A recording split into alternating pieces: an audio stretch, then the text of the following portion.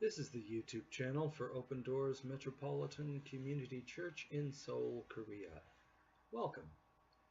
We're a community seeking to live out the radically inclusive love of Jesus Christ. We are affiliated with the Progressive Christian Alliance and Metropolitan Community Churches.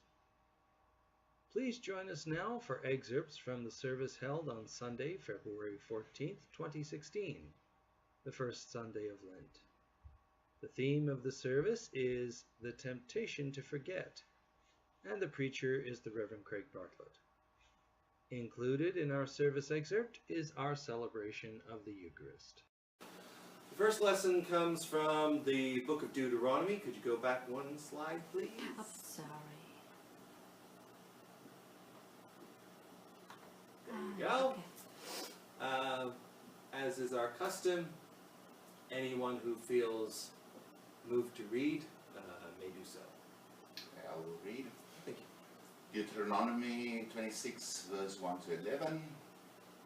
When you have come into the land that the Lord your God is giving you as an inheritance to possess, and you possess it and settle in it, you shall take some of the first of all the fruit of the ground, which you harvest from the land that the Lord your God is giving you. And you shall put it in a basket and go to the place that the Lord your God will choose as a dwelling for his name. You shall go to the priest who is in office at that time and say to him, Today I declare to the Lord your God that I have come into the land that the Lord swore to our ancestors to give us. When the priest takes the basket from your hand, sets it down before the altar of the Lord your God, you shall make this response before the Lord your God. A wandering Aramean was my ancestor. He went down into Egypt and lived there as an alien, few in number, and there he became a great nation, mighty and populous. When the Egyptians treated us harshly and afflicted us by imposing hard labor on us, we cried to the Lord, the God of our ancestors. The Lord heard our voice and saw our affliction, our toil, and our oppression. The Lord brought us out of Egypt with a mighty hand and an outstretched arm, with a terrifying display of power, and with signs and wonders. And he brought us into this place and gave us this land, a land flowing with milk and honey. So now I bring the first of the fruit of the ground that you, O Lord, have given me. You shall set it down before the Lord your God, and bow down before the Lord your God. Then you, together with the Levites and the aliens who reside among you, shall celebrate with all the bounty that the Lord your God has given to you and to your house. When you have finished paying all the tithe of your produce in the third year, which is the year of the tithe, giving it to the Levites, the aliens, the orphans, and the widows, so that they may eat their fill within your towns. Then you shall say before the Lord your God, I have removed the sacred portion from the house, and I have given it to the Levites, the resident aliens, the orphans, and the widows, in accordance with your entire commandment that you commanded me. I have neither transgressed nor forgotten any of your commandments. I have not eaten of it while in mourning. I have not removed any of it while I was unclean, and I have not offered any of it to the dead. I have obeyed the Lord my God, doing just as you commanded me. Look down from your holy habitation, from heaven, and bless your people Israel, and the ground that you have given us, as you swore to our ancestors, a land flowing with milk and honey. I apologize, I should have said to verse 15. That's okay. The Gospel comes from the Gospel according to Luke, chapter 4, reading the first 13 verses. Jesus, full of the Holy Spirit, returned from the Jordan and was led by the Spirit in the wilderness, where for 40 days he was tempted by the devil. He ate nothing at all during those days, and when they were over, he was famished. The devil said to him, "If you are the Son of God, command this stone to become a loaf of bread." Jesus answered him, "It is written, one does not live by bread alone." Then the devil led him up and showed him in an instant all the kingdoms of the world. And the devil said to him, "To you I will give their glory and all this authority, for it has been given over to me, and I give it to anyone I please. If you then will worship me, it will all be yours." Jesus answered him, "It is written, worship the Lord your God and serve only him." Then the devil took him to Jerusalem and placed him on the pinnacle of the temple, saying to him, "If you are the Son of God, throw yourself down from here, for it is written, he will command his angels concerning you to protect you, and on their hands they will bear you up, so that you will not dash your foot against a stone." Jesus answered him, "It is said, do not put the Lord your God to the test." When the devil had finished every test, he departed from him until an opportune time.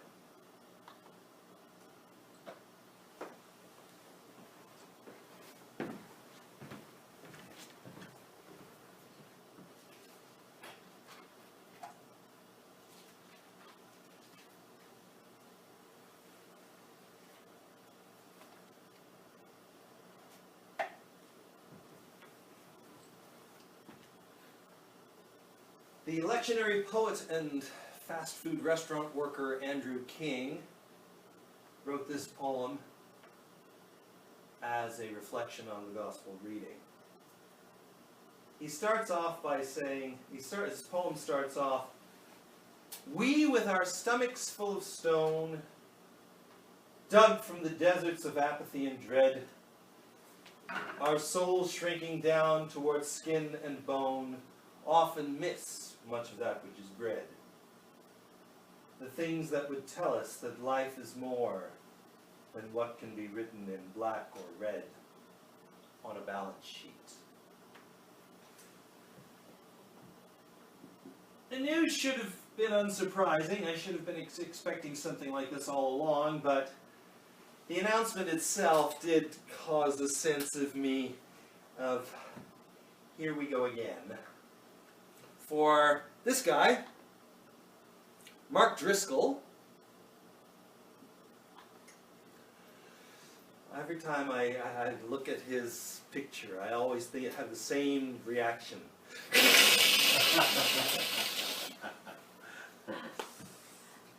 Anyway, Mark Driscoll, the former preaching pastor of the now disbanded Mars Hill Church Network,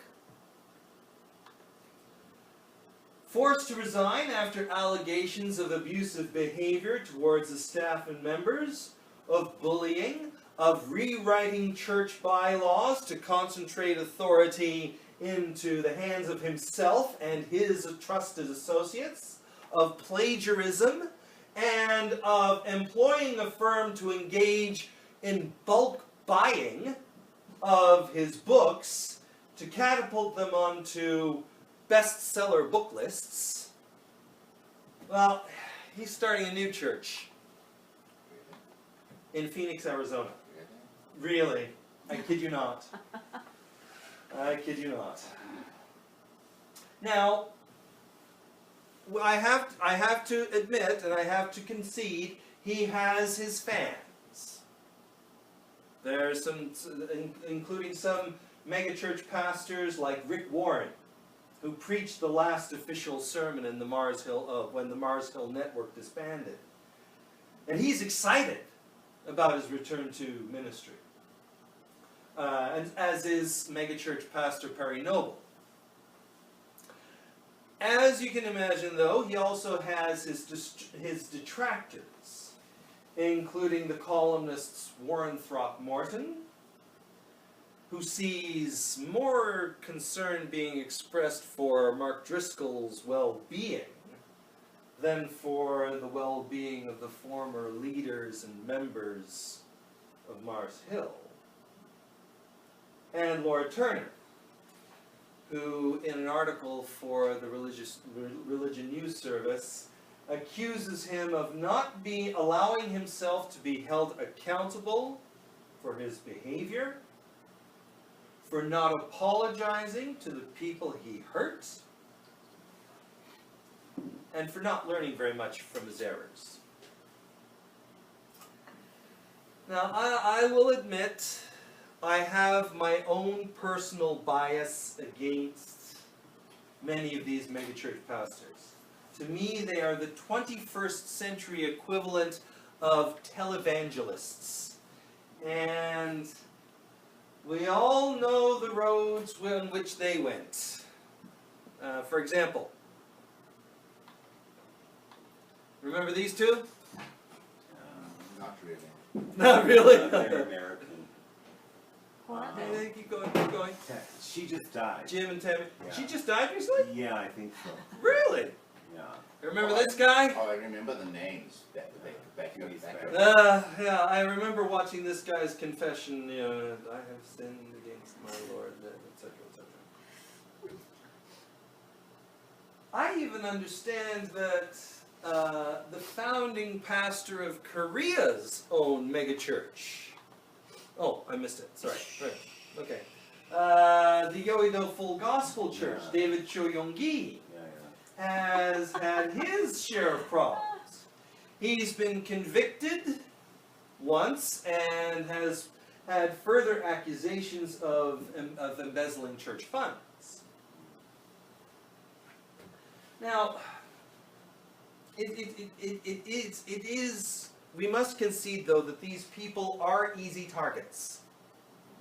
It's easy for their followers and for us, even those of us who don't like them, to build them up into an elevated, almost demigod kind of status.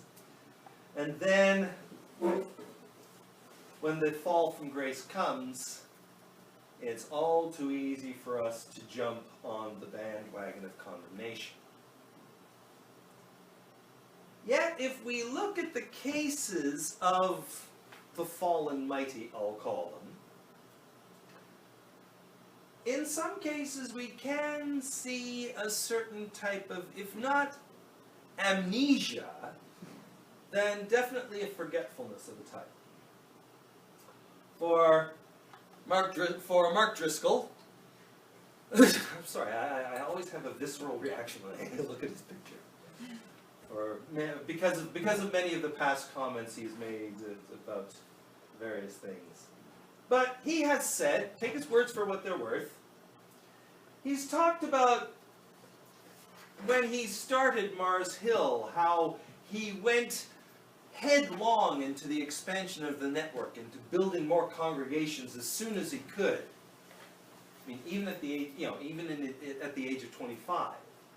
And now he talks about how he did not look for the mentoring that a young pastor needs.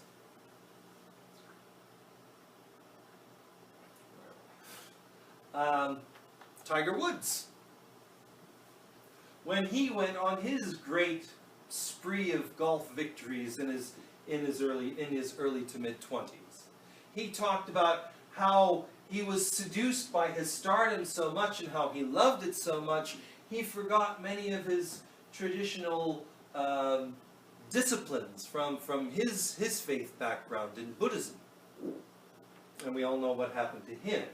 That led to a string of affairs, and I think it's fair to say a kind of loss of something in his golfer's mentality which he has never gotten back. Not to the same degree. And also, in 2015, just last year, the Canadian historian Margaret Macmillan delivered the Massey Lectures in Canada, which are the annual public lectures put on by the CBC. And she was talking about the personalities of political leaders and how important they are in shaping the events of world history. And she talked about hubris. She talked about hubris, that excessive pride and self-confidence. And she linked hubris to the eventual decline of leaders as diverse as Woodrow Wilson, Adolf Hitler, and Margaret Thatcher. Well, the readings that I've focused on today from the lectionary remind us of how important it is not to forget. How important it is to remember. The reading which I extended a little bit is actually a series of instructions for two festivals, for two rituals which were part of the life of Israel. The first one was the Feast of Weeks, which was the feast that celebrated the first summer harvest. And the Israelites are told to remind themselves of their humble origins. In effect, they're basically asked to remind themselves to say something like this: my ancestor was a vagabond. Someone who rambles from place to place. Oh, sorry. Yes. He laid down some roots in a place and made a go of it.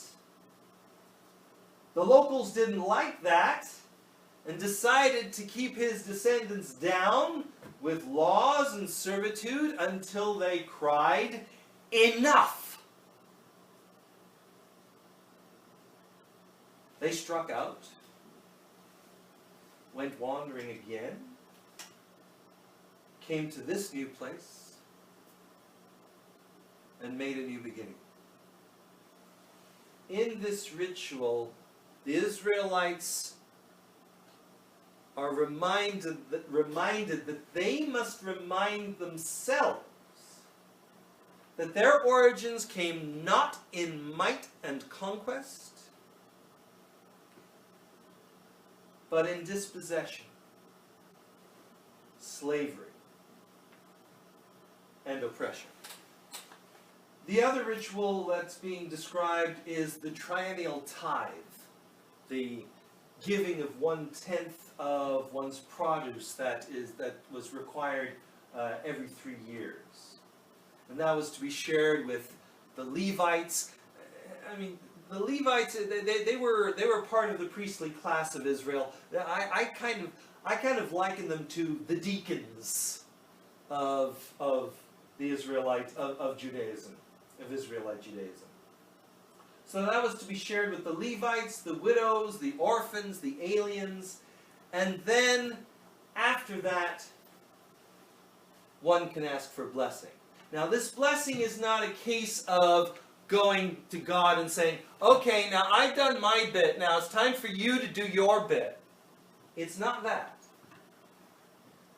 It's a realization that the only way that they can ask for any blessing from their God is by following the demands of social justice for the dispossessed. For in so doing, they remind themselves of their own humble origins. Now, the story of Jesus' temptation in the wilderness is like the stories of many hero figures who undergo a period of trial and testing before they begin their work. And in Jewish commentary, Abraham is often held up as the primary example of this. In one of the Mishnahs, one of the commentaries on the Hebrew Bible, it's written, "With 10 trials our father Abraham was tried, and he withstood them all to make known how great was the love of Abraham our father." Now, how might we understand Jesus' own temptations as they're described here? in the story?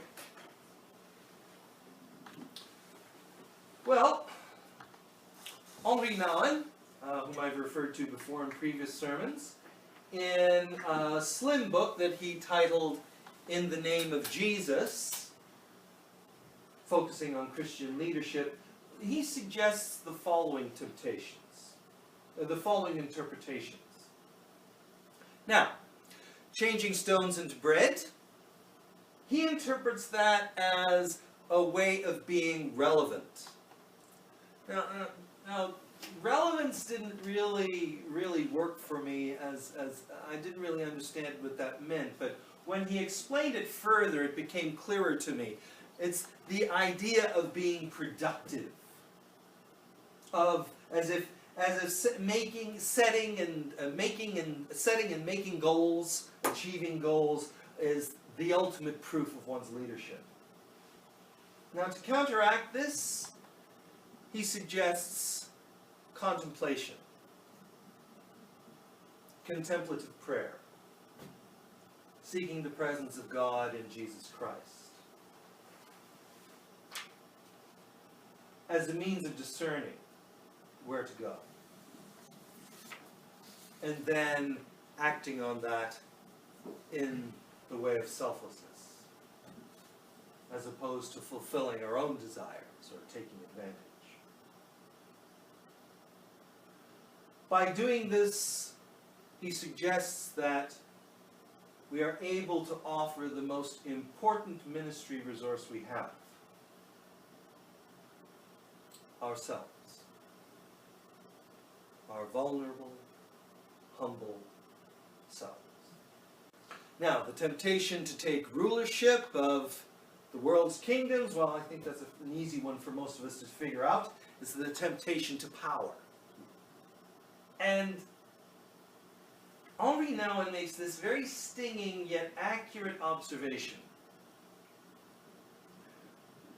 And I quote, "Much Christian leadership is exercised by people who do not know how to develop healthy, intimate relationships and have opted for power and control instead.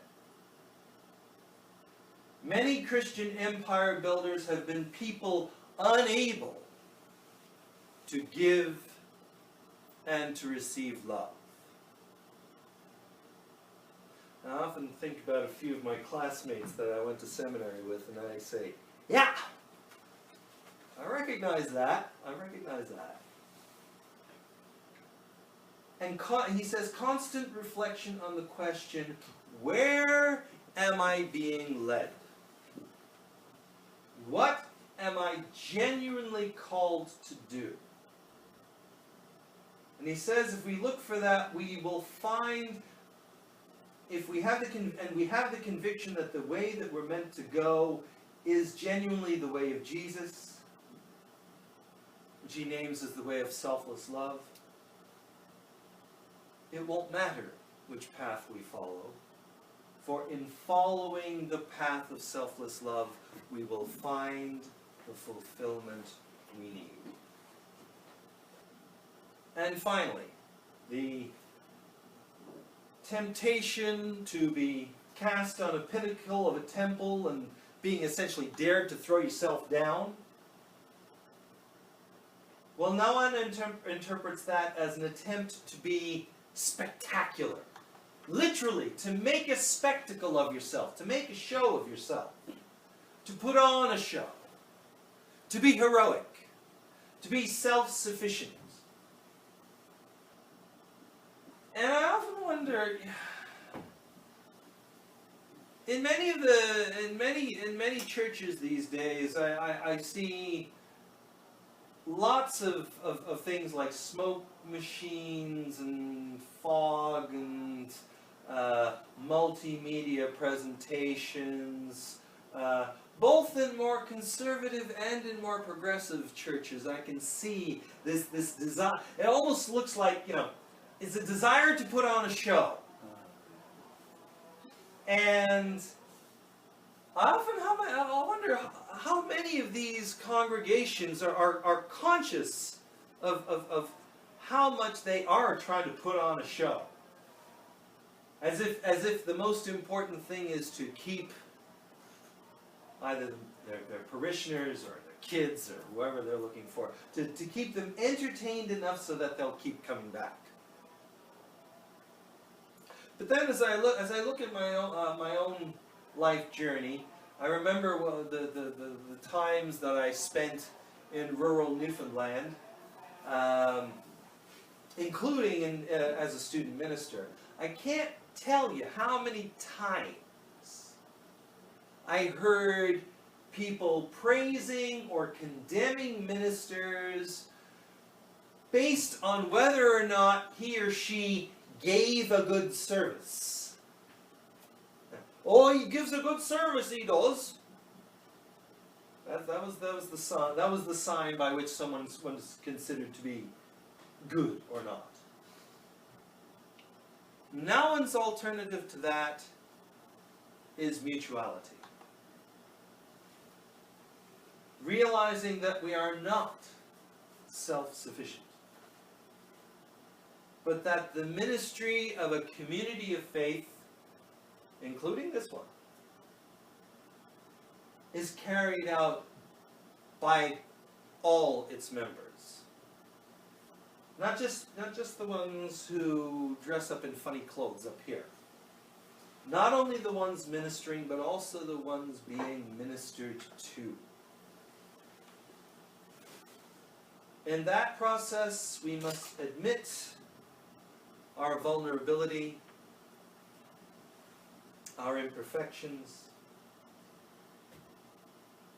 and we must seek and give forgiveness whenever it's needed. I'm sorry, but Eric Siegel had it wrong in the novel Love Story when he wrote, love means never having to say you're sorry. I'm sorry, he got that wrong. Love means knowing when to say sorry. And when to be able to accept that from others. Now, following these ideas can lead people down roads that could be perceived as paths downward rather than upward. For example, in Henri Nouwen's case, he turned his back on being a professor in universities in the Ivy League. And he went up to a town just north of Toronto in Canada to become the pastor of a community ministering to disabled persons. For Thomas Bloch, heir to the H&R Block tax return service empire, it meant leaving his position as chief executive officer of that company to become a school teacher in inner city Kansas City, Missouri. And for you? Well, only you can answer that question. But remembering the events which have formed you, both the bad and the good, and seriously reflecting on what would give real meaning to your life, well, I think those are pretty good places to start. We, with our stomachs so full of stone, dug from the deserts of apathy and dread, our souls shrinking down towards skin and bone, often miss much of that which is bread. The things that would tell us that life is more than what can be written in black or red on a balance sheet. While we're keeping score of wealth won and lost, and fixing our eyes on this world's thrones, wishing for ever more power or approval, to our surprise, sometimes, the richest blessings may be found in service, in giving, in sacrifice. The world's high pinnacles provide poor ground for standing. Grand is the view, great is the fall. But God's love, not needing such testing, surrounds, nourishes, guides us into a higher call,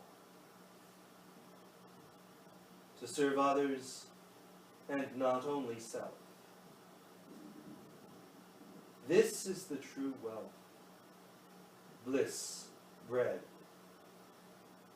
love for all is all.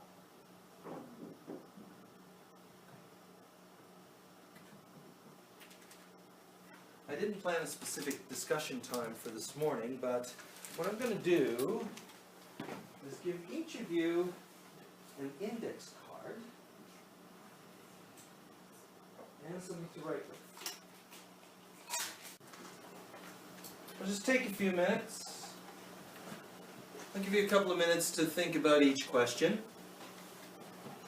First question. What's something that's helped to make you who you are? Something that you need to remember. Could be a person, could be an event.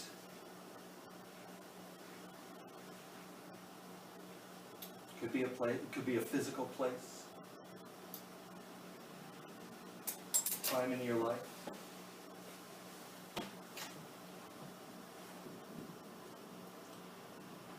The second thing I'd like you to think about.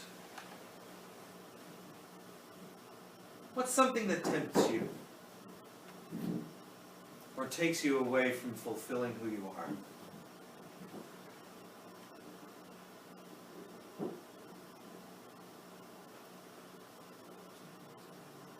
What takes you away from the better angels of your nature?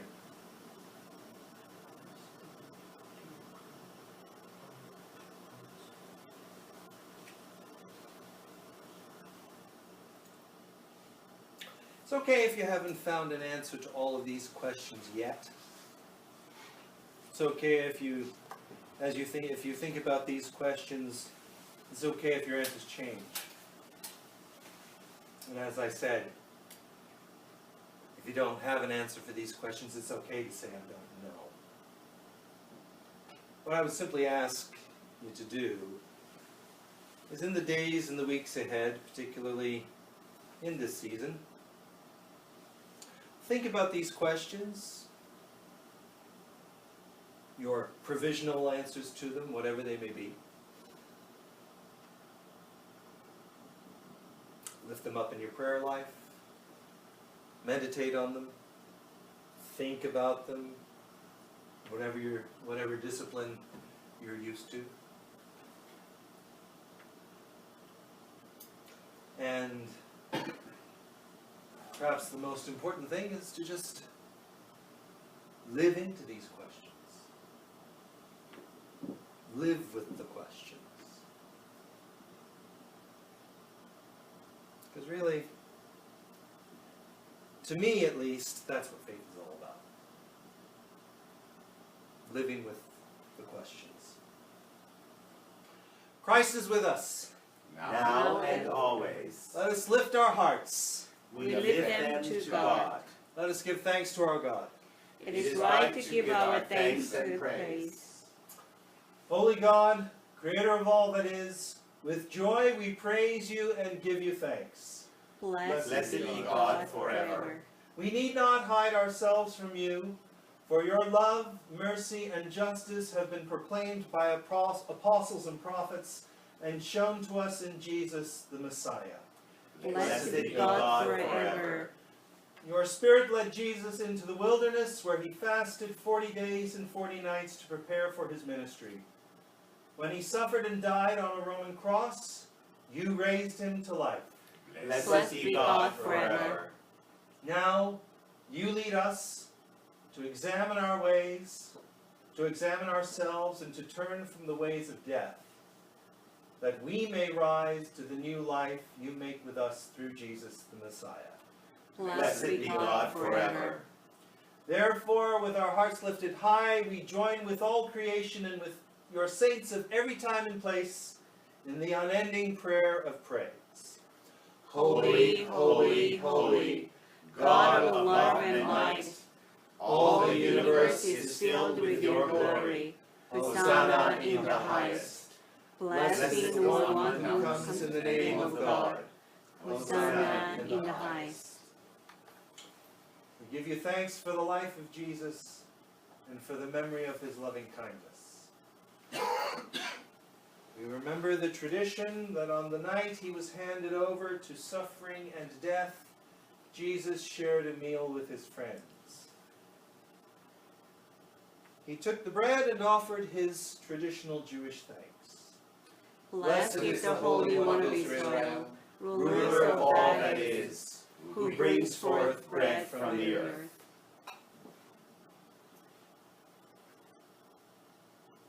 He broke the bread, gave it to his friends, and invited them to eat.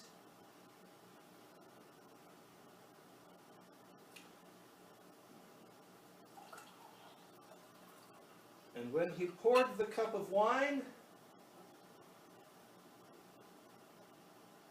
and blessed it, he again offered his traditional Jewish thanks. Blessed is the Holy One of Israel, ruler of all that is, who brings forth the fruit of the vine. He gave it to them, inviting them to drink.